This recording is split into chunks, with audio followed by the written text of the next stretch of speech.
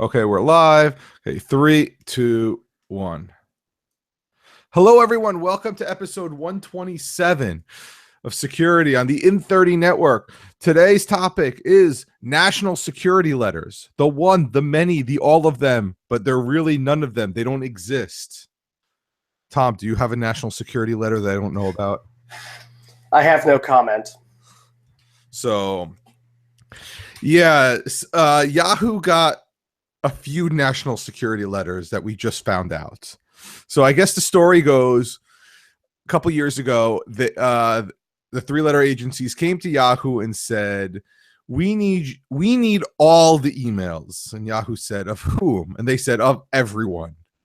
But we can't discuss anything else. You need to build us something. And Yahoo complied.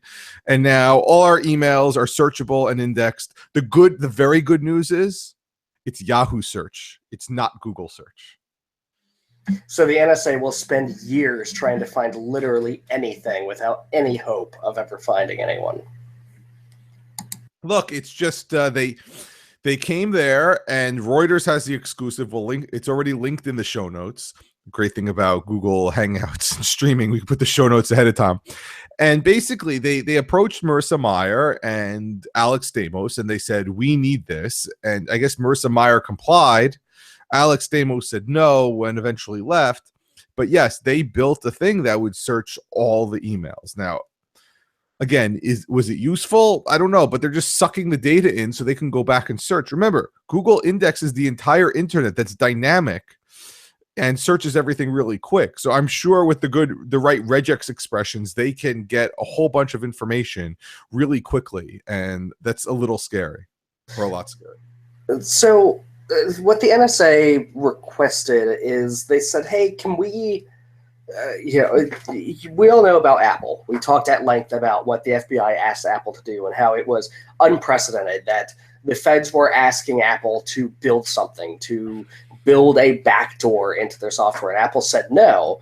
The FBI eventually gave up and found another way to do what they're trying to do. But it turns out that the NSA is now, had asked Yahoo in the past, hey, we want to be able to filter and search and have you auto send any emails that meet this criterion. It wasn't like, hey, we've got these 3 people who are known terrorist affiliates. Can you please give us your email? Here's a nice, concise warrant signed off by a judge. No, this was, we think these words are bad. So we're going to have you build us something to filter every single email in your system, past, present, future emails, and have them all as a clear dragnet operation. Now, because this goes through, presumably, the FISA courts, because this is a national security letter, none of the checks and balances are in place. So the NSA can basically ask Yahoo to do whatever and spend any amount of time or money creating whatever they ask.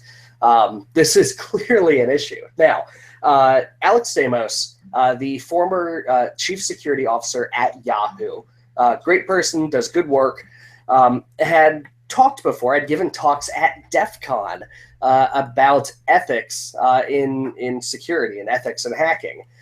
He's a great guy, and it looks like his ethics were put to the test because this came up. The security team actually caught this issue, or they saw that emails were being filtered and sent out to a third party, and the security team went nuts. They said, "Oh, what is going on? Someone hacked our system. Everyone is inside. What is going on? Because all of these emails are now going out to this third party, and we have no idea how they got in." Well, they approached Marissa Mayer, the CEO, and they said, "We found this thing. Red alert! Everything's on fire. Run and hide." And Marissa said, "No, we're cool. That's us. We built that for the NSA." To which Stamos said, "We what?" And he then resigned from his position. He then soon after left to go be Facebook's chief security officer, where he is still there. Now, Stamos has not said anything in relation to the story, which is good. He probably shouldn't, and I'm sure he's got legal counsel telling him to keep his mouth shut. That's the proper thing to do. But We now know that he left Yahoo. He gave up his position over this because he thought it was completely and utterly unethical and unconstitutional. I mean, just look at it this way. Imagine you in this position. What would you do? You have a C in front of your name as your title, and you're just now you have to make a decision. Do I leave? And I can't explain why I left. Because remember, everything's under a gag order, and hope that I find another job, take a pay cut, whatever it is, because you can't explain it. You're not starting something new. You're not doing anything, and hope that someone takes you on. Or do you stay there with your and just make the money? Because remember, you do have a family, you do have a mortgage, and I hear those Silicon Valley mortgages are crazy expensive. What do? And he said, I'm going to resign for it.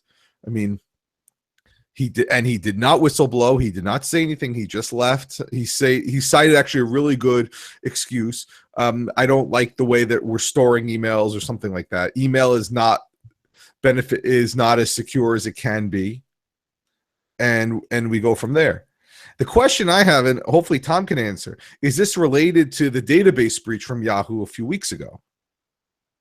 Well, let me put it this way.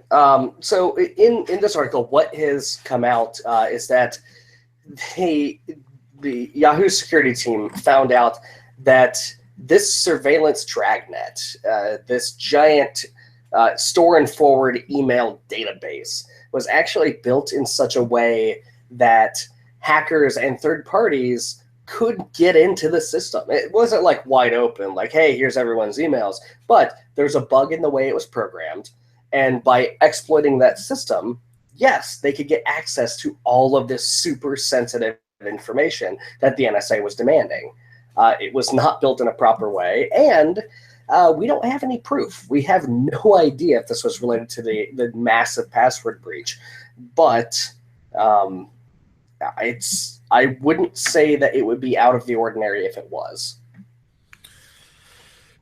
It's just it makes you want to sigh, because you have all of this stuff. And by the way, Yahoo is trying to be bought up by potential suitors. The last thing you want is this horrible PR. First, that all the passwords get leaked, and you're saying to yourself, okay, fine, whatever. The passwords from 3 years ago gets leaked. Now this bombshell.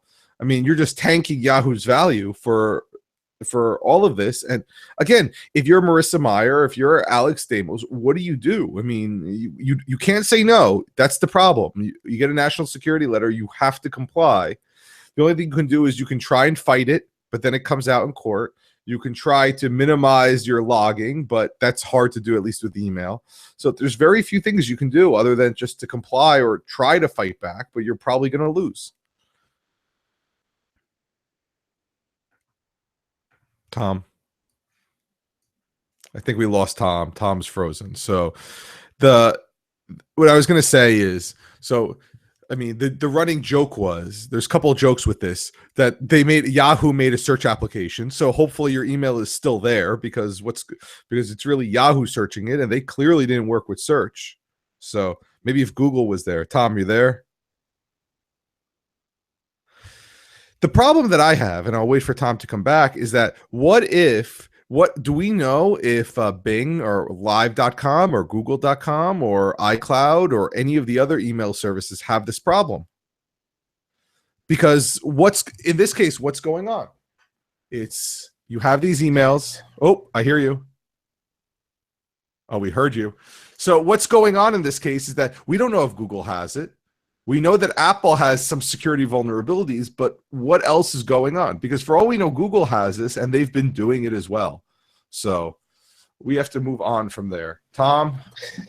I believe I'm back. I do hear you. Okay, good. I'm going to turn on audio only for this test. So it would be pretty rare for only Yahoo to be targeted with this type of national security letter. I would imagine that Microsoft and Google have also received similar letters. Now, the outcomes of those, I don't know. But it wouldn't be too hard to imagine virtually every United States email provider of ample size getting an order like this. So, I mean, so we don't want to just say Yahoo, but the problem is, so what can we do? I mean, I don't know. I mean, other than make sure nothing important runs through your emails, or everything has to be PGP. Right, either PGP or there are better systems for communicating out there right now. Signal is great. We use WhatsApp personally. That's now built using the Signal protocol, which is fantastic. Lots of end-to-end options, but those are going to be your two heavy hitters. I do have to say that even during this breaking news, Yahoo's stock price has been relatively stable. It didn't really take a big hit, so I don't know if Yahoo really even cares that much.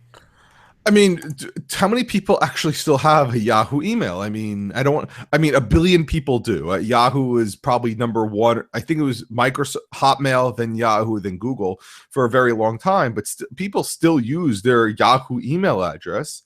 And Yahoo does they started charging for IMAP and this and that and premium support and everything else. But for the most part, I still think people still have Yahoo.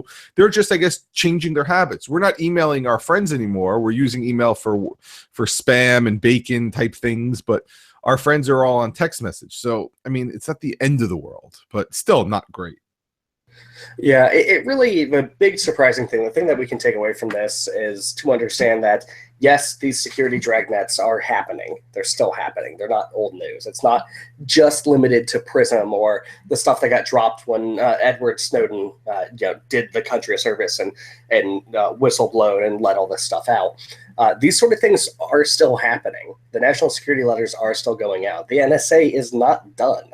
And I'm sure that there will be even more stories coming forward because, as we've seen with whistleblowing, once we get one story out there, more is sure to follow. So I want to move on. You want to move on to Signal and their gag order? Yes, I do. Okay, go ahead. Okay, so we've been telling everyone to use Signal. We've been saying that it's safe, it's secure, it's great. And now, in the court of law in the U.S., they get to prove it. So the FBI came to Signal and they issued a subpoena. They said, hey, we need all of this data on these two people, on these two phone numbers, because they use Signal. We know they use Signal. And Open Whisper Systems came back. First off, there's a gag order in that subpoena. They said, hey, you can't talk about any of this. So they went to the ACLU, who provides them with legal counsel, and the ACLU took up the case on behalf of Signal, because what you don't want to do, and this is really good advice for literally anyone, is don't interact with law enforcement on your own. Get a lawyer, get a professional, get a person whose livelihood depends on them doing a good job, putting themselves between you and the people who either want to fine you, put you in jail, etc. So the ACLU then took up the case and they said, okay, we're going to talk to the FBI for you. They said, the gag order, yeah, that you can't issue that. Or at least it can't be that we can't talk about it ever.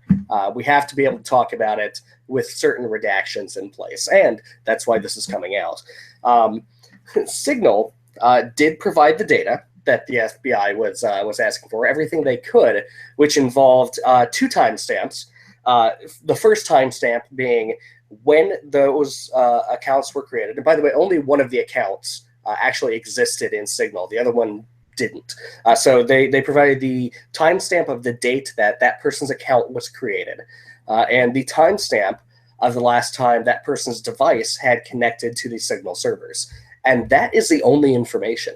They don't have information on what groups this person's in, who he's been talking to, what they've been saying, anything. The contents, the contacts, everything this person has, Signal doesn't have. Open Whisper Systems has no access to. The only thing they have are these two timestamps, which is great. And now it is proven under penalty of perjury that Signal cannot provide or does not provide any more data than they have to law enforcement.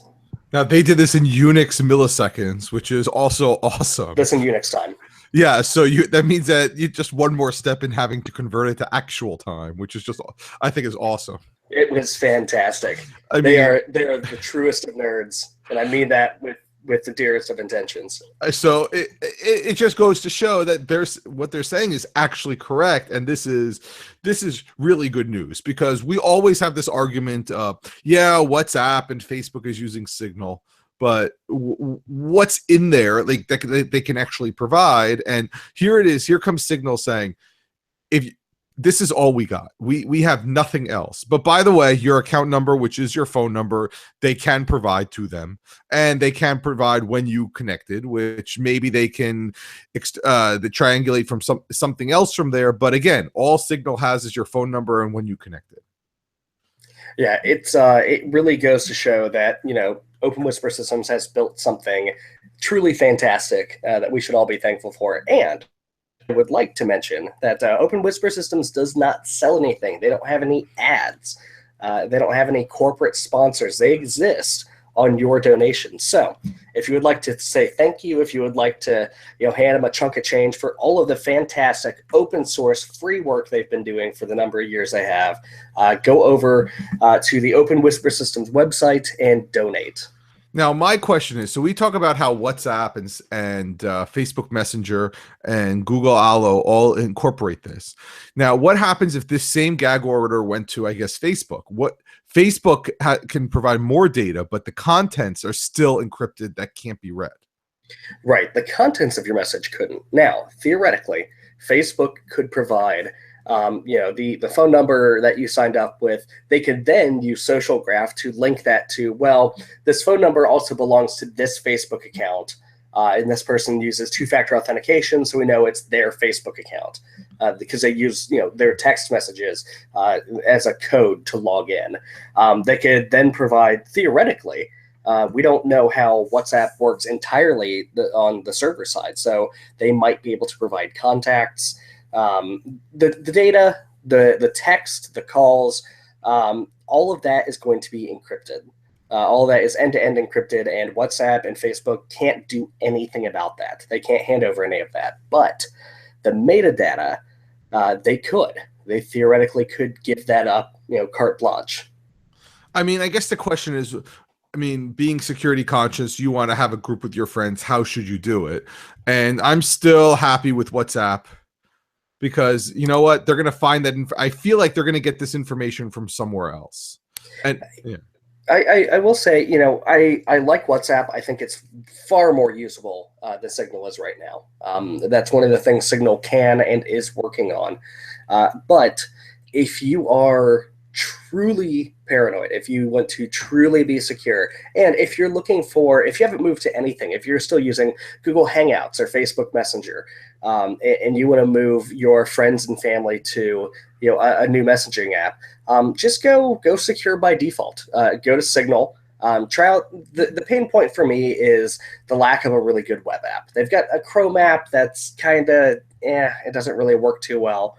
WhatsApp's web app is awesome for what it is, especially given its limitations. But try out Signal and see if you can stick with it.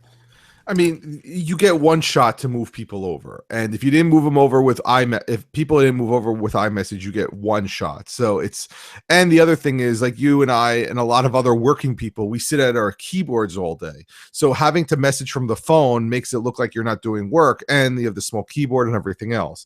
So the lack of a web app is a thing. But if you're the type of person who just uses your phone for everything, getting everyone on Signal may not be the hardest thing in the world, especially when you tell them that remember, Apple keeps your keys. So if Apple keeps your keys, the government can just say, hey, can you just insert this key in? Don't tell anybody, and they can suck up all the communication that way. Whereas with Signal, they can't. So if you're trying to be more secure, obviously iMessage is the right answer, but if you really want to be secure to everybody, then move over to at least Signal. Right. So I guess, yes. Look, we have this problem all the time with our group. It's getting people to move to Signal is really, really hard. And I tell people, if you have Android, it makes no difference because it's a default text messaging app just there. So if everyone just puts as a default to say this is the default, eventually you'll see more and more and more Signal people. It's much easier to get them to WhatsApp. And remember, I mean, yes, we're not condoning illegal activity, but if you want the contents to be secure, WhatsApp has that. Plus, they're going to find other stuff from you anyway, because you probably do have a Facebook account and you probably do have all this. Not to say that that shouldn't happen, that you don't have that right to privacy, but just remember, it's there and they'll probably find it anyway. So. Right. I mean, Signal, your messenger is just one facet of your digital life. There are several other things that law enforcement can find and pick on. There was an article on how to make a very, very super encrypted messaging platform using Signal, where it required you to get a phone and like not a Google Voice number, but like a throwaway burner number that only the people you message who have Signal know, and on a second phone, and that no one can tie this to you because you set it up in a free public Wi-Fi that's not near your house and no location was on. I mean, if you want to do that, then Signal's the way to go. But if you're not going to take it that far, keeping the contents secure is your next step, and WhatsApp does a great job of it. They just know who you are, your name as well. Right. So do we want to do the NSA contractor? Yeah, so recent news broke that the NSA has arrested a contractor that they suspect of. There are two things we know right now, because this is pretty breaking news. Either they have leaked data or they have stored data at their residence. Both of which, not just any data, top secret data, stuff that the NSA doesn't want getting out. Both of those things are highly illegal. And then someone had the hunch that maybe this person was the whistleblower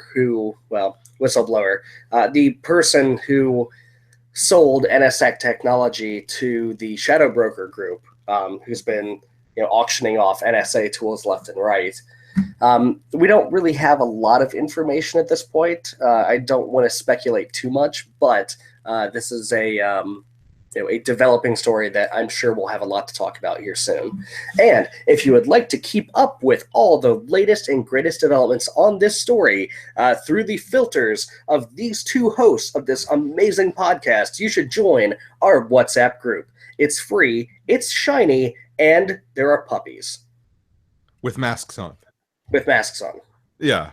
So not just the two of us, but there's others in there. Other security experts who do post a whole bunch of security news that we get a lot of our information from. So we do want it. But we take the news, we filter it down, we make it palatable to the average person that doesn't have to be a PhD in Unix philosophy, and we tell you what's what about it. It's here's another one. Now, the problem is I don't know if the NSA or the three-letter organizations have a way to properly whistleblow. I have a feeling that if you're in a high-level position, you see something bad going on. I don't. That's the question with Edward Snowden. Did he whistleblow or did he steal illegal information? And I don't think we'll ever know that answer to it because of the PR. Why not? Why not both? I don't know. I mean, I think the way he did it, I don't think he just went. I think he went to his commanding officer and said, I don't agree with this. And he was told, you either do it or leave. And then I think that he just wasn't happy and then he left it, but he disclosed it in the most awesomest way possible by encrypting everything and saying, this is how I don't want any knowledge of anything. I'm just going to leave. But here's another one. Do we know he's a whistleblower? We don't know much, but we're going to find out soon enough. And hopefully we find the right information and not the PR spin. Yeah, and I'm sure there's going to be a whole lot of spin on this. Either the NSA, tagging this guy as a terrorist or a profiteer of secrets, or if he is whistleblowing, we're not going to hear it from the NSA, right? We're not going to, chances are we might not hear it at all. The only reason we know Edward Snowden is a whistleblower instead of a terrorist is because he got away. Is because he did the world a public service before he was banished from his home. Yes, and look, follow him on Twitter. He'll tell you what's going on. I'm telling you. He comments on all of this and everything else. The final story today is Brian Krebs on security. He got hit with I guess the largest botnet DDoS attack in history right now, and I heard it at 660 something gigabits per second, but now I'm hearing there was a terabyte, so I don't know which number to believe. But basically what it did is it leveraged the Internet of Things. So you may say, why does anybody care about my toaster? But the answer is your toaster has a web server on it, and if they can leverage your 150 megabit connection out so they can attack it, they don't need that many web servers to basically blast the site off the internet. And now if you go to Krebs on Security, which Akamai did host him for a while, but eventually said, hey, look, buddy, we can't afford $100,000 a year pro bono to keep you up. You need to find something else. Google took it over. They have some cloud, like journalist cloud type thing, and they're hosting it now. But that just means that Google can withstand that type of botnet attack. Yes, and I mean they should, right? Any giant Silicon Valley company is going to have the pipes necessary and the technology necessary to stave off these giant DDoS attacks, because I mean Google has to put up with a ton, an absolute insane number of people searching and uploading stuff to Drive and using Google Docs and using their Android phone to do stuff, which is checking with Google and searching on maps. And they've got network bandwidth and CPU cycles to spare. So Google put up Project Shield, which is for journalists and people who are getting blasted off the net by people who don't like what they're writing about, exactly like Brian Krebs, right? When Krebs gets blasted off the net, it's usually right after he posts a story on a DDoS group run by kids who have no skill. Now we're going to get DDoS, just wait. Yeah, I know. So, 600 to 700 gigabits per second is a generally accepted measurement of this particular attack, which is huge. This also underscores why, the Internet of Things isn't just a risk to you, right? It isn't just, my toaster and my refrigerator on the internet, and they don't get security patches, but that's okay, because if my toaster gets rooted, the only thing that happens is it doesn't toast very well, and also it's on a separate Wi-Fi network, so it can't touch my real machines, so I don't really care about it. Well, guess what? It's still got access to your pipe. It's still got access to your internet. It can still use your bandwidth and your connection against someone else. And look, that's what happened. And if you go to his Krebs on Security site right now, he goes on and explains how all these cameras, and they're mainly cameras, but a Xerox copier, routers are just being compromised because no one changed the default passwords and figured out how to not hack the code, but get it to point to somewhere and just unleash its traffic. And that will take you only need one of these. I mean, remember, I have 150 megabit down pipe. You can leverage that and up. I mean, I have it symmetric. You leverage that, or you at a school. Look, take any university. I bet you university has multiple gigabit lines coming in. You leverage those and you shoot them at somebody. They're going to be down for a long time. I know for a fact, and I don't want to speak out of turn or for people who I don't speak for anymore, but many universities do have, especially the larger state universities, have massive, absolutely insane internet connections because they do a lot of research. They have to transfer a lot of big, giant hunks of data around for research purposes. And, especially if they're an on-campus university, where students live, they're basically a tiny little community. They have to, put up with everyone streaming Netflix and YouTube and gaming and pulling down 60 gigabyte games on Steam all day. They have to have these fat, huge network pipes. But I do know that many universities have internal IT which watches for things like malware infestations or really weird network conditions. Like if you are uploading a ton of stuff, they might say, hey, this outbound traffic is really weird. It's in like the 1 to 2 percentile range. This is out of the ordinary for this user. And sometimes they'll find spam. Sometimes they'll find out that a person just started a new YouTube channel and they're uploading stuff, which is fine. It all depends. But people are looking at this stuff.